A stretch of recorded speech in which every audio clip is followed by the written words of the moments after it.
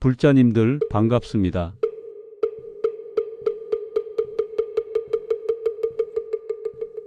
오늘부터 금강경 강의를 시작합니다. 1장 법회 인연분부터 32장 응화비진분까지 나누어서 진행 예정입니다. 오늘은 첫 번째 1장 강의입니다. 우리는 늘 바쁘게 움직이면서도 마음은 늘 어딘가 다른 곳에 가 있고 몸은 여기 있지만 생각은 과거의 후회나 미래의 걱정을 하고 계시는 건 아닌지요? 그러면서 이렇게 생각하실 겁니다. 수행이란 특별한 시간, 특별한 장소에서 특별한 방법으로 해야 하는 것이라고 말입니다. 절에 가서 참선을 해야 하고 경전을 읽어야 하고 연부를 해야 진짜 수행이라고 생각하시는 건 아니신지요? 그런데 불자님들, 오늘 우리가 함께 살펴볼 금강경 제1장 법회인 유부는 바로 이 생각을 완전히 뒤집어 놓습니다. 부처님께서 우리에게 보여주시는 것은 화려한 신통력도 거창한 설법도 아닙니다. 밥 먹고 발 씻고 자리에 앉는 평범하기 그지없는 일상의 모습입니다. 그 속에 깨달음의 모든 비밀이 숨어 있습니다. 오늘 이 시간 법회인 유분이 우리에게 전하는 깊은 가르침을 통해 여러분의 일상이 곧 수행의 장이 될 수 있음을 함께 확인해 보시겠습니다. 그러면 먼저 금강경 제1장 법회인 연분의 원문을 함께 읽어보겠습니다. 여시아문 일시불 제4위국 기수급 고독원 여대 비구 중 1250인구 이시세존 식시 차의지발 입사위 대성걸식 어기성중 차제거리 환지본처 반식글 수이발 세족이 부자이자 이와 같이 내가 들었다. 한때 부처님께서 사위국 기수급 고독원에 계셨는데 큰 비구 대중 1250명과 함께 계셨다. 그때 세존께서 공양시간이 되시어 옷을 입으시고 바루를 드시고 사위대성에 들어가 걸식하셨다. 그 성중에서 차례로 걸식을 마치시고 본래의 처소로 돌아오셨다. 공양을 마치시고 옷과 바루를 거두시고 발을 씻으신 후 자리를 펴고 앉으셨다. 자, 불자님들, 이 짧은 경문이 바로 금강경 전체의 문을 여는 열쇠입니다. 이제 이 가르침을 세 가지 핵심 포인트로 나누어 자세히 살펴보겠습니다. 첫 번째로 법회의 장소와 청중에 담긴 의미를 말씀드리겠습니다. 부처님께서는 사위국 기수급 고독원에 계셨습니다. 이곳은 기원정사라고도 부르는데 수달장자가 부처님을 위해 지은 절입니다. 수달장자는 기타 태자의 동산을 사기 위해 땅에 금을 가득 깔았다는 유명한 이야기가 전해집니다. 그만큼 부처님의 가르침을 갈망했고 부처님께 공양 올리는 것을 최고의 영광으로 여겼습니다. 그리고 1250명의 대비구들이 함께 계셨습니다.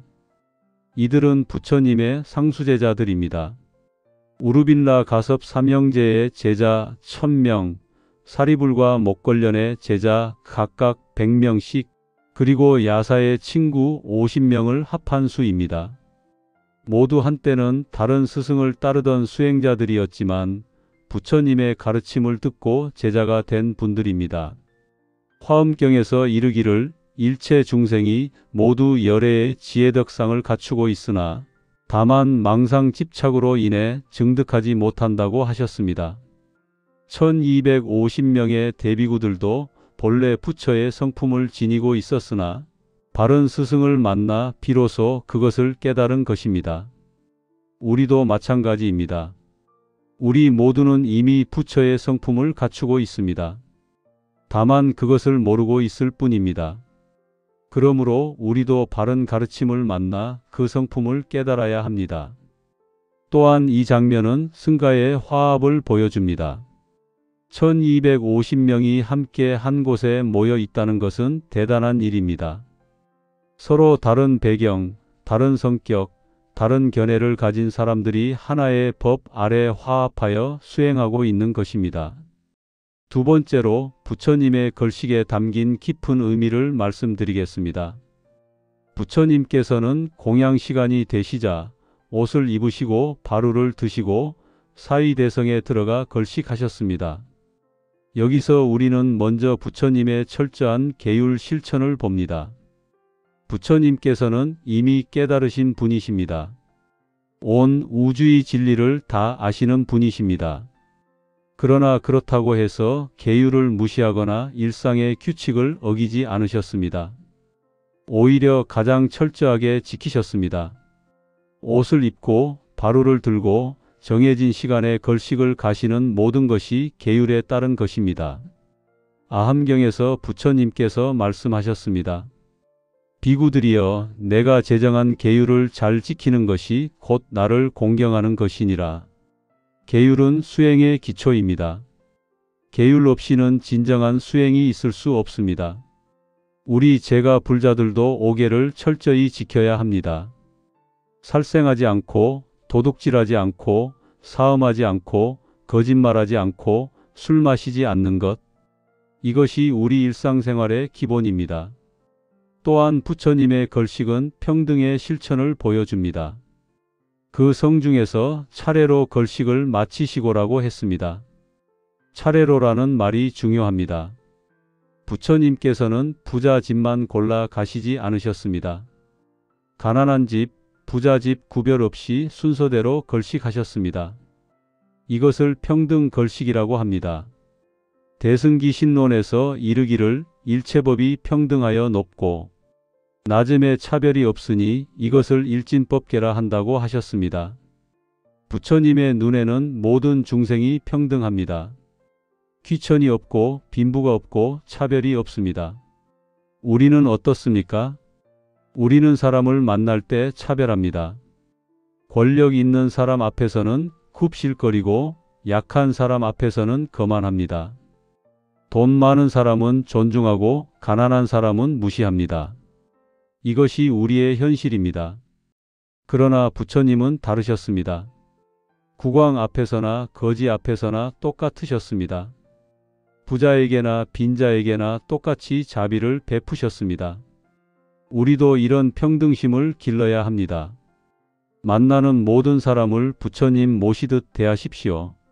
높은 사람이든 낮은 사람이든 부자든 가난한 사람이든 모두 똑같이 존중하십시오. 이것이 평등 걸식의 정신을 실천하는 길입니다. 또한 걸식은 겸손의 실천입니다. 부처님께서는 이미 많은 신도들이 공양을 올리려고 했을 것입니다. 그러나 부처님께서는 특정인의 공양만 받지 않으시고 직접 걸식을 가셨습니다.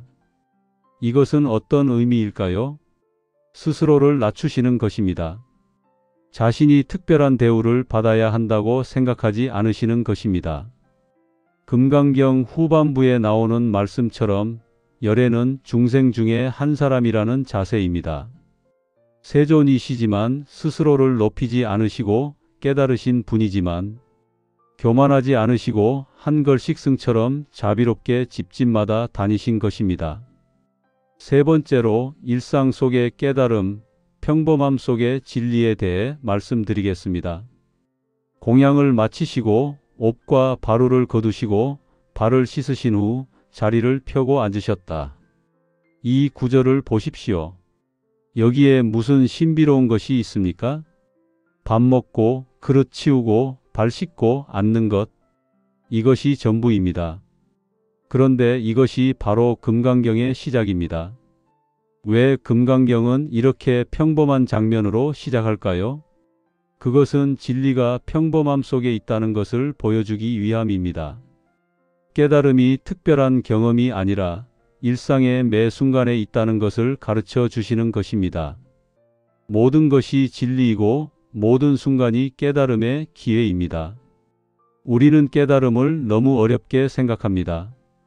무슨 큰 신통력이 생기거나 황홀한 체험을 해야 깨달음이라고 생각합니다.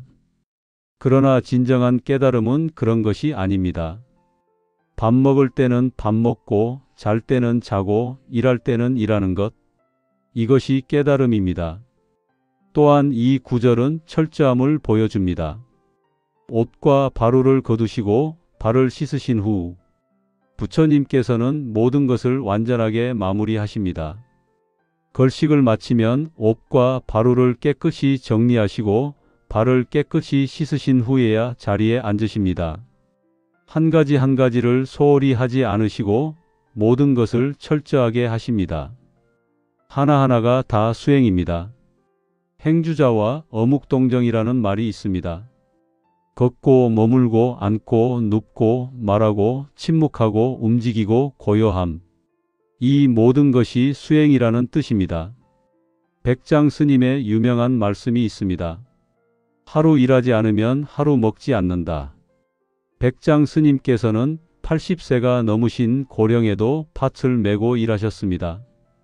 제자들이 걱정하여 연장을 숨겼더니 스님께서는 공양을 드시지 않으셨습니다. 왜냐하면 일하는 것이 곧 수행이고 먹는 것도 수행이고 모든 것이 수행이기 때문입니다. 일과 수행을 분리하지 않으셨던 것입니다. 우리는 절에 가서 절할 때만 수행이라고 생각합니다. 집에서 빨래하고 청소하고 요리하는 것은 수행이 아니라고 여깁니다. 직장에서 일하는 것은 돈 벌기 위한 것이지 수행은 아니라고 생각합니다. 모든 것이 수행입니다. 설거지할 때도 설거지에만 집중하면 그것이 선입니다. 걸을 때도 걷는 것에만 집중하면 그것이 선입니다. 문제는 집중하지 못하는 것입니다. 위양종의 혼수 스님께서 제자에게 말씀하셨습니다. 내가 지금 무엇을 하고 있느냐? 제자가 대답했습니다. 물소를 치고 있습니다. 스님께서 다시 물으셨습니다. 어떻게 치느냐? 제자가 대답했습니다. 물소가 풀밭을 벗어나려 하면 즉시 콧뚜레를 당겨 돌아오게 합니다. 스님께서 크게 기뻐하셨습니다. 내가 진정으로 소 치는 법을 아는구나. 여기서 물소는 우리의 마음을 비유한 것입니다. 마음이 방일하여 망상에 빠지려 할 때 즉시 알아차려 현재로 돌아오게 하는 것. 이것이 바로 수행입니다. 그렇다면 구체적으로 어떻게 실천할까요? 첫째, 하나의 동작에 온전히 집중하십시오. 아침에 세수할 때 물이 얼굴에 닿는 그 감촉을 온전히 느껴보십시오. 둘째, 몸의 움직임을 알아차리십시오. 걸을 때는 왼발, 오른발 하며 걷는 것을 알아차리고, 셋째, 호흡을 함께 관찰하십시오. 어떤 일을 하든지 호흡을 놓치지 마십시오. 들숨과 날숨을 알아차리면서 일하십시오. 넷째, 일을 마칠 때도 철저하게 마무리하십시오. 부처님께서 옷과 바로를 정리하셨듯이 우리도 모든 일을 깨끗하게 마무리하십시오. 이렇게 매 순간을 깨어서 살아가는 것, 이것이 바로 행주자와의 선입니다. 이것이 바로 일상 속의 깨달음입니다. 불자님들, 오늘 우리는 금강경 제1장 법회 인연분을 함께 공부했습니다. 이제 공부한 핵심을 다시 한번 정리해 보겠습니다. 첫째, 법회의 장소와 청중에 담긴 의미입니다. 기원정사는 지극한 정성으로 지어진 도량이고 1250명의 대비군은 화합의 승가를 보여줍니다. 우리도 바른 가르침을 구하는 간절한 마음과 주변 사람들과 화합하는 마음을 가져야 합니다. 둘째, 부처님의 걸식에 담긴 깊은 의미입니다. 계율의 실천, 평등의 실천, 겸손의 실천이 모두 걸식 속에 담겨 있습니다. 우리도 오계를 지키고 모든 사람을 평등하게 대하고 자신을 낮추는 겸손을 실천해야 합니다. 셋째, 일상 속의 깨달음입니다. 공양하고 그릇 정리하고 발 씻고 앉는 평범한 일상이 모두 수행입니다.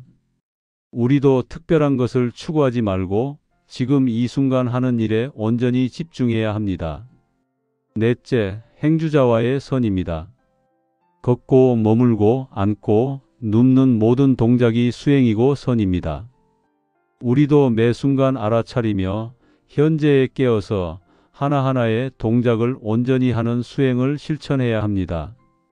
불자님들, 금강경의 첫 장은 우리에게 무엇을 말해주고 있는지요? 진리는 멀리 있지 않다는 것입니다. 깨달음은 특별한 경험이 아니라는 것입니다. 바로 여기, 지금 이 순간, 이 평범한 일상이 곧 진리이고 깨달음이라는 것입니다. 이것이 부처님의 가르침입니다. 이것이 금강반야 바라밀경의 첫 가르침입니다. 부처님께서는 거창한 이론으로 금강경을 시작하지 않으셨습니다. 신비로운 이적이나 화려한 장면으로 시작하지 않으셨습니다. 깨달음은 평범함 속에 있다는 것입니다. 수행은 일상 속에 있다는 것입니다. 진리는 바로 지금 여기에 있다는 것입니다. 오늘부터 불자님들의 삶이 달라지기를 바랍니다. 지금 이 순간, 지금 하는 일에 온전히 깨어 있으십시오. 그것이 바로 금강경의 첫 가르침입니다. 그것이 바로 부처님께서 보여주신 길입니다.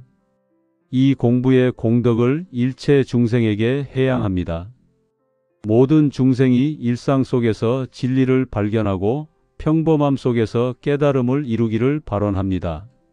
모든 중생이 매 순간 깨어서 모든 동작이 선이 되고 모든 일상이 수행이 되기를 기원합니다. 오늘도 함께 공부해 주신 모든 불자님들께 깊은 감사를 드립니다. 이 법문이 불자님들의 삶을 변화시키는 씨앗이 되기를 바랍니다. 좋아요와 댓글로 여러분의 일상 수행 경험을 나누어 주시면 많은 분들께 큰 힘이 될 것입니다.